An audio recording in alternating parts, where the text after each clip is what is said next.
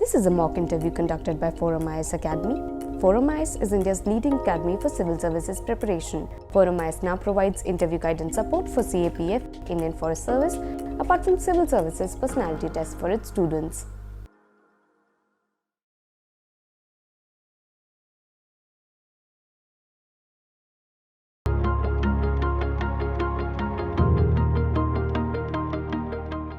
Yes. Tell me something about yourself. So as you know, my name is Sandeep Nehra. I hail from Bhiwani district of Haryana, and I've done my schooling from Birla School, Pilani. Thereafter, I graduated in Geology Honours from Hansraj College, Delhi University, and currently I am doing my Masters in Political Science from Indo. You didn't try for IITs? Yes, sir. I tried, but I couldn't clear advanced stage. I cleared mains, so I was getting an NIT, but as my aim was getting into this armed forces or civil services, so I just went for a 3-year graduation. So you're also giving other examinations and civil services also? Yes, I have appeared in CDS, and I would be going for SSB in FCAT in February for Air Force Flying Branch. Okay. So CAPF is your backup plan? Not, I cannot say that, sir, but it is one of the options which I am trying for. Sir, I've always hoped to, it would be an honor to wear any uniform. So that's why I have tried for CDS, NDA, and even FCAT, and the same reason is there for CAPF, sir. So what happens if you get into CAPF? Will you give the civil services exam again? Sir, I might, because IPS and IAS, they offer a wide plethora of opportunities, and also they have many more challenges. So they provide much more opportunities, and so that's why I may appear in future in those. Can you tell me something about Bhiwani district? Yes, sir. It is also known as Choti Kashi, Little Varanasi, because of it having many temples, almost every temple in every 2 to 3 lanes. Also, it has contributed quite extensively in our freedom struggle. So, how? Sir, there were revolts during pre-independence era in Bhiwani, and farmers' agitations were also there. Recently, also in farmers' this protest, there was quite a bit participation from people from my area. Why people from Haryana participated? Sir, because they were apprehensive about the rules that were passed by the central government, the 3 farm laws. So they thought that the current system of APMC might get eroded, and they would be left at the wishes of these business people. So they might lose their livelihood. Okay. Do you see the possibility of a third wave of COVID-19? Sir, there is quite a possibility, but right now the medical specialists like Randeep Kuleria of AIMS, they have that we have vaccinated quite a lot of our population, and also according to the Sero surveys, our population has developed some sort of immunity towards this variant. So yes, in future they might be, if we reduce if we don't follow the COVID appropriate behavior, there might be third wave, but it is a bit of unlikely right now, sir. What happened in Nagaland? Nagaland, yes, sir.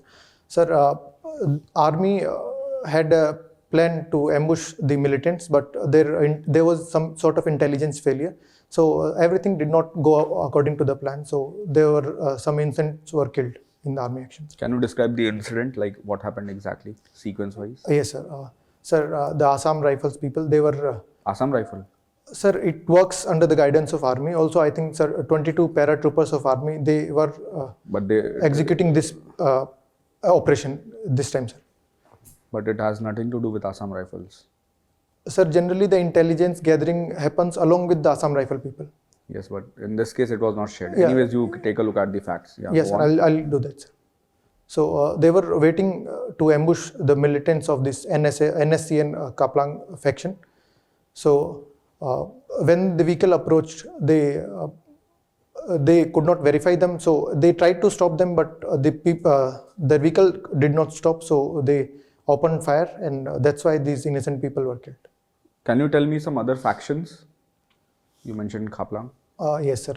NSCN also has other factions like Isak Moiva, and there are other regional factions like in the upper part of Assam there is borderland that they are demanding autonomy or a separate state for borderland. The Naga factions. Sir, I am currently not able to recall, but there are a lot many factions. Okay. Do you think now the government will be forced, or there will be some kind of pressure to repeal the AFSPA or maybe reduce the freedom which is given? So the pressure is already mounting. Several chief ministers of states like Manipur, Nagaland, they have already asked the central government to repeal AFSPA. But sir, I would say that AFSPA and this incident, they are two different things. So AFSPA provides immunity to people, but to the armed forces, but they need such acts to function properly because they are doing duties other than their mandate. So they need some sort of protection. Can you tell me something about the security challenges in the Indo-Myanmar border? Yes, sir. The Indo-Myanmar borders, on the Indo-Myanmar border, the tribes that are inhabiting region in India and Myanmar, they are having very much affinity. So also there is a free border movement up to 14 kilometers that makes the border very porous. Moreover, sir, considering the proximity to this golden triangle, so the narcotics trade is also one issue. Moreover, sir, factions like NSCN, they have been demanding autonomy for Nagaland. More than autonomy, they are trying to create a sovereign state within India or even separating from India. So that's created its own sort of problems regarding internal security. And sir, the development also suffers from this. So these are the issues, I would say. Okay. What is Golden Crescent? Sir, it is also a narcotics trade area. It is on the western part of India. It considers of Iran, Pakistan, Afghanistan. Okay, all right. Last question. Yes. What is the role of non-state actors in disturbing the internal security? Sir, they are the elements like which are not particularly working under any state actor. So they can be seen as terrorist groups or even some groups like this separatist groups in functioning in J&K in Northeast, and even sir, we can consider Naxalites as a non-state actors. Sometimes they are supported by state actors. For example, groups in Jammu and Kashmir are supported by ISI of Pakistan. So they pose a serious challenge to our internal security because in several domains they can challenge. For example, in social relations, they can disturb the social harmony. For example, in 1990s, we witnessed the exodus of Kashmiri Pandit community from Kashmir.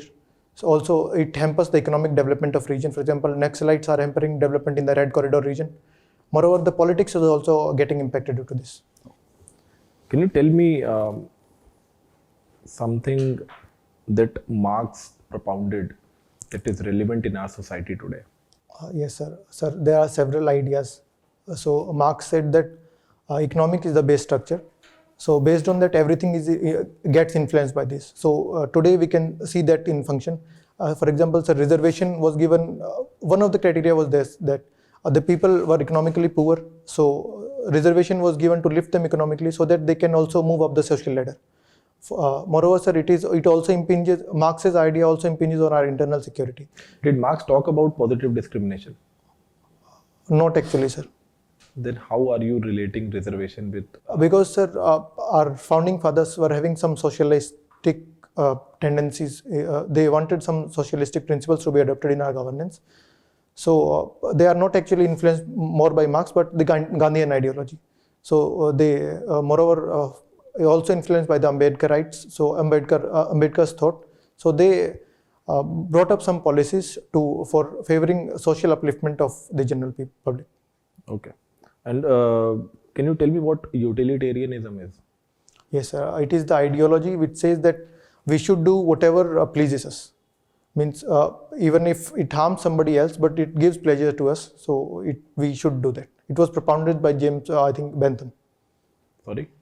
Bentham gave the ideology of utilitarianism. All right. You have attended some seminars also that you have mentioned here, right? Yes, sir. And this Indo-US seminar that you attended?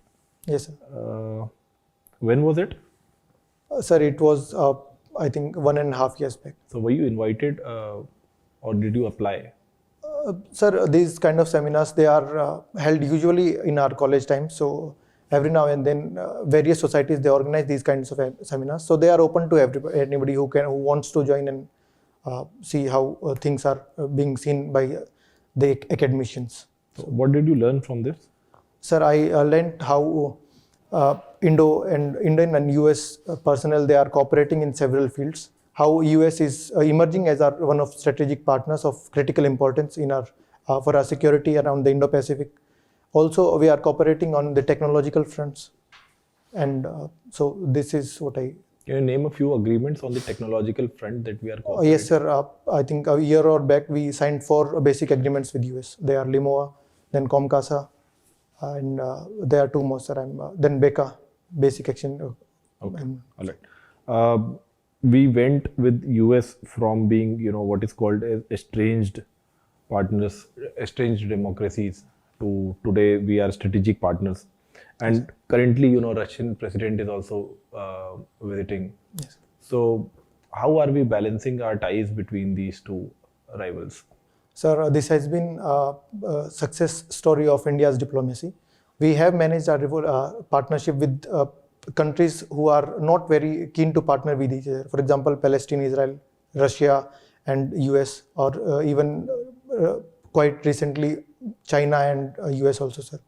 So we are cooperating with both US and Russia on separate terms. We consider Russia as a strategic and reliable partners.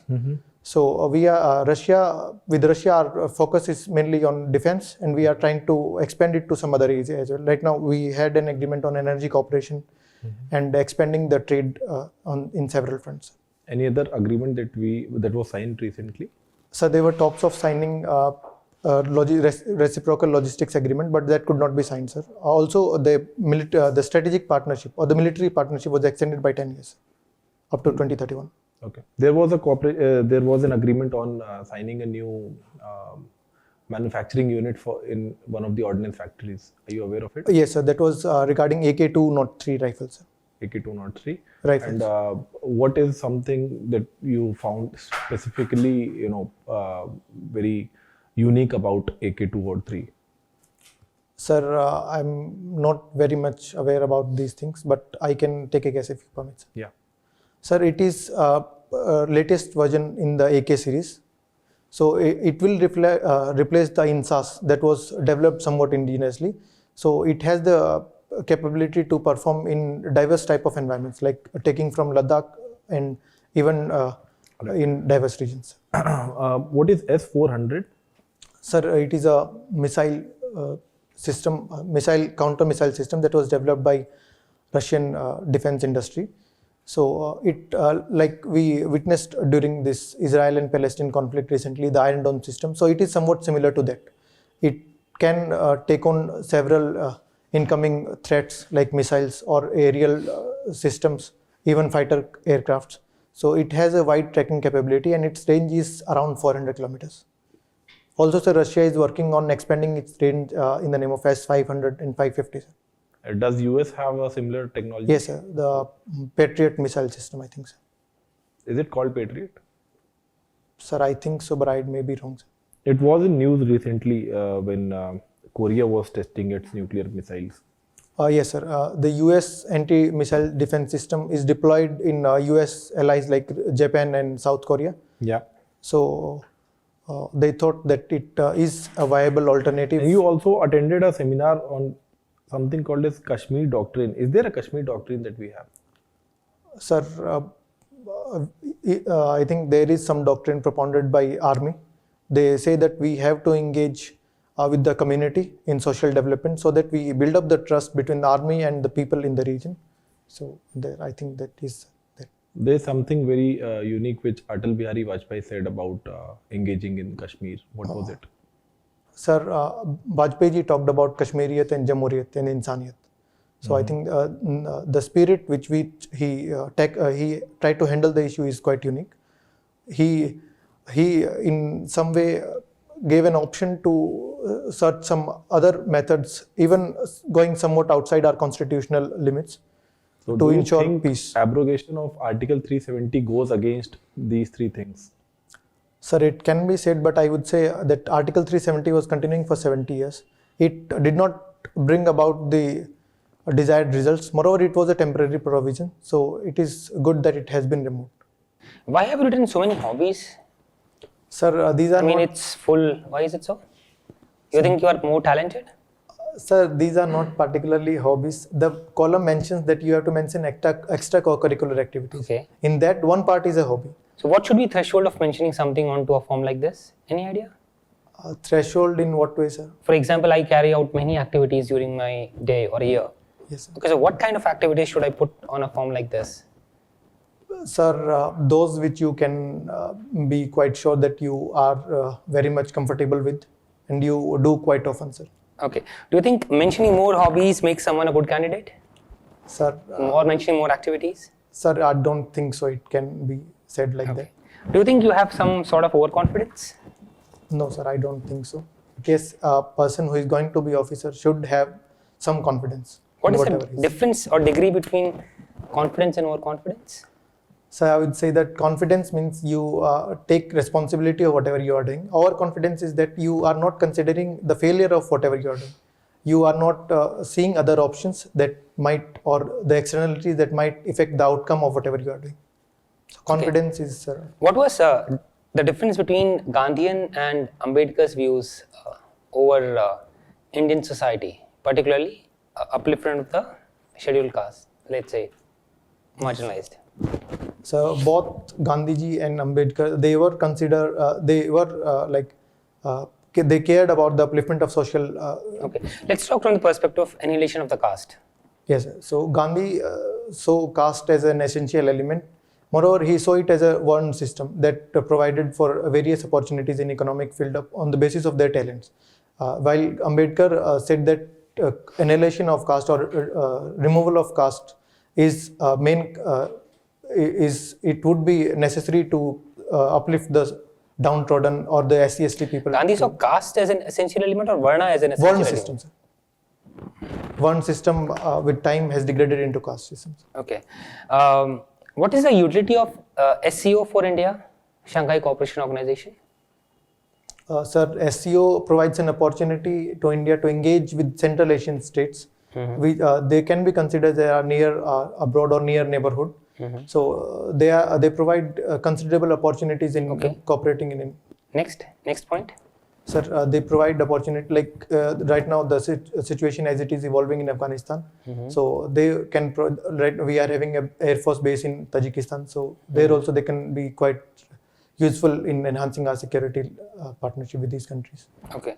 Nothing to do with Russia, China, or yes, sir. Belt and Road initiatives? Sir, we are right now not cooperating with China on Belt and Road initiative, but it does provide an opportunity to work with on some issues which are of interest to everybody, including Russia and China. Okay. Like terrorism and other things. So we are. Why do you think Abraham Accords were signed? What factors enabled signing of Abraham Accord? So, sir, Abraham Accords are a step in ensuring security and peace in the Middle Eastern region or the West Asian region as we see in India.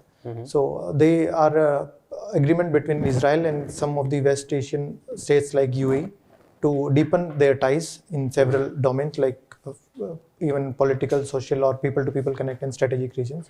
They were signed because, sir, to prevent the situation from getting out of hand. As Iran is pushing to the limits with, it is having a confrontational relationship with the USA. Moreover, sir, even Israel and other West Asian states, they are a good partner of USA. So they were brokered by USA. Sir. Iran has always been a bone of contention since 1979. So, I mean, what new thing did Iran did that which caused Abraham Accord? What factors in geopolitics have enabled the Abraham Accord?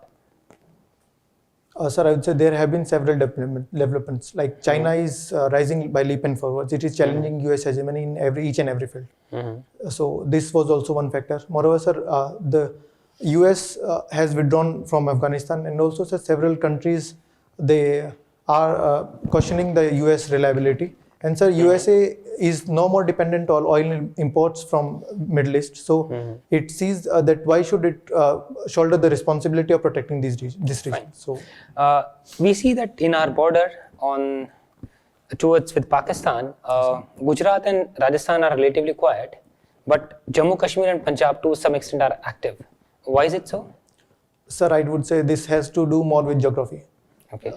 In Rajasthan, there is Thar Desert, so this restricts the movement and the opportunities that these miscreants they have to disturb the peace. Moreover, the Punjab region is highly populated on both the sides of the border, and there are agricultural fields even after the fencing area. So this leads to provides more opportunity to these people to trade in narcotics and other things, even dropping arms. Fine. One last question. Drones are becoming a big problem, right? And we have thousands of kilometers of border with Pakistan. Particularly, we have hilly borders in northern segment and almost vacant or let's say porous border in Rajasthan and Gujarat. How do you think we can tackle this menace? So government of India has recently come up with a new drone policy.